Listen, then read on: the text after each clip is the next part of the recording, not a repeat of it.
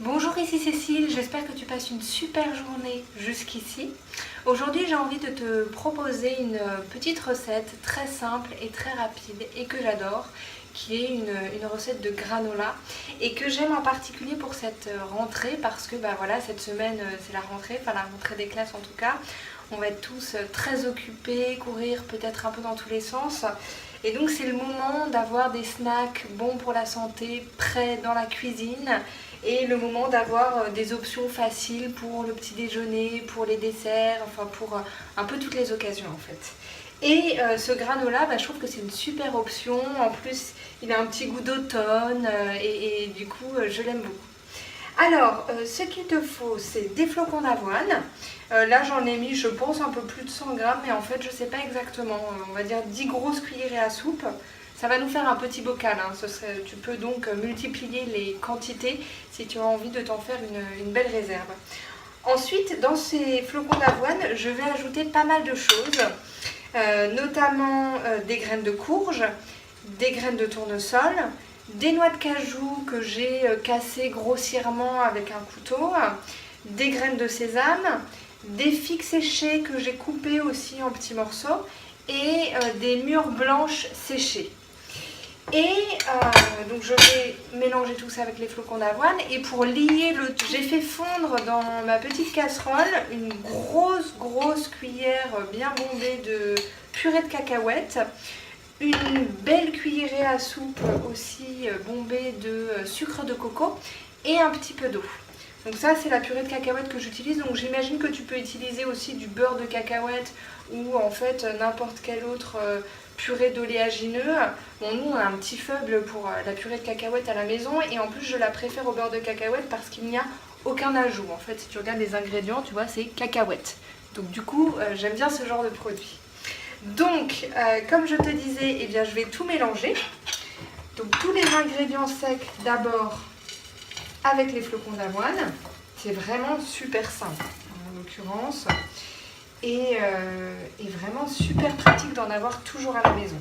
Les enfants adorent, nous aussi. Ça te permet de faire des crumbles improvisés en faisant une compotée de fruits ou des petits déjeuners améliorés, c'est vraiment sympa. Donc tu vois là j'ai mélangé tous les ingrédients secs, vraiment on peut pas faire plus simple. Et je vais ajouter donc ma purée de cacahuètes mélangée avec le sucre de coco. Regarde la purée de cacahuètes, on dirait du caramel, je sais pas, du caramel au beurre salé. Bon, même si pour ma part, je ne consomme pas de beurre, mais c'est en tout cas l'idée que je m'en fais. Et vraiment, c'est délicieux. Le petit goût de cacahuètes avec les autres ingrédients, j'aime beaucoup. Donc je mets ça dans mon saladier avec le reste. Alors ici j'ai utilisé du sucre de coco parce que c'est un sucre que j'aime bien qui est très peu raffiné aussi. Souvent j'utilise du rapadura aussi qui est du sucre non raffiné, mais du sucre de canne si je ne me trompe pas, non raffiné. Mais j'imagine que tu peux aussi utiliser n'importe quel autre sucrant comme par exemple peut-être du sirop d'agave ou si tu consommes des produits de la ruche ça peut être du miel. Enfin je te laisse choisir bien évidemment. Toujours, si possible, en évitant le sucre trop raffiné. Voilà, donc ensuite je mélange et tu vois là, j'essaye un peu avec la cuillère, mais bon, très vite. Donc je vais m'apercevoir qu'avec la cuillère, c'est pas aussi efficace que je le voudrais, donc je vais y aller à la main. Et oui, pour le granola, on se salit un petit peu les mains, mais ça vaut le coup, franchement. Et après, bien évidemment, tu peux rajouter tous les fruits secs que tu veux. Pour ma part, c'est vrai que bon, j'adore les figues et en plus, je trouve qu'au mois de septembre, bon, elles sont de saison et ça donne vraiment un petit goût d'automne à ce granola. Je pense qu'avec des abricots secs, ça pourrait être très bien aussi. Voilà. Et du coup, alors bon, j'ai les mains pleines de granola évidemment, mais tu vas voir que ça me donne une espèce de consistance de muesli pâteux, comme ça.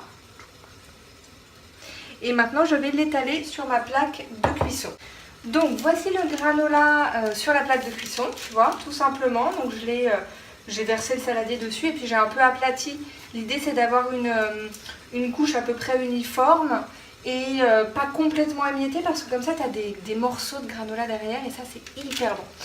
Donc je vais mettre ça au four pour à peu près 10 minutes, un quart d'heure. J'ai un four qui chauffe assez fort.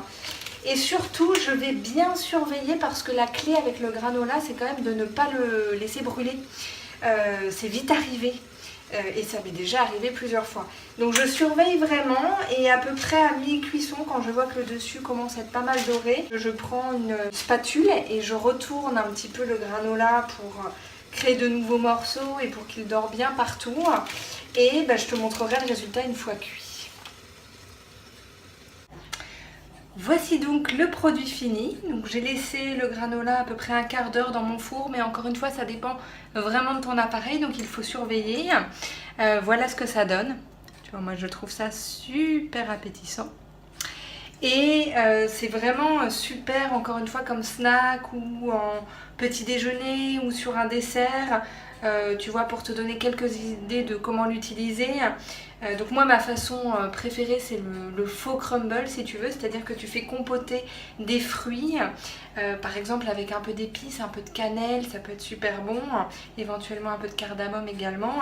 Et puis ensuite, tu rajoutes dessus ce granola et ça te fait un genre de crumble, mais vraiment délicieux. Tu peux aussi le mettre sur des fruits frais tout simplement, ou sur un yaourt, ou encore, moi j'aime bien faire, tu vois, un genre de glace au blender avec des fruits congelés mixés. Et on peut en rajouter dessus aussi, c'est délicieux. Et puis tu peux en emporter un petit peu dans un sachet ou dans un petit bocal au bureau pour avoir un snack vraiment beaucoup plus complet, bien meilleur et bien meilleur aussi nutritionnellement parlant que toutes les barres que tu vas pouvoir trouver dans les distributeurs de ton bureau ou de ta fac ou je ne sais quoi. Donc c'est vraiment, je trouve, enfin voilà, une recette toute simple mais un super snack et un super aliment à avoir de côté chez soi pour passer une bonne rentrée et un bon automne. Voilà, je te remercie d'avoir partagé ce moment avec moi. J'espère que ça t'inspirera à créer comme ça tes petites recettes et à créer tes propres snacks, à privilégier pour la journée soit les fruits, soit les choses comme ça complètes, saines avec des aliments entiers, plutôt que de te tourner vers les Snickers, Mars et autres trucs que tu vas trouver là dans les distributeurs. Et en tout cas, je te souhaite une très très belle journée. Prends soin de toi, profite de chaque moment, profite des bons moments avec les gens autour de toi. Et puis, moi je te dis à très vite, je te souhaite une très bonne rentrée, une très belle journée. Je t'embrasse.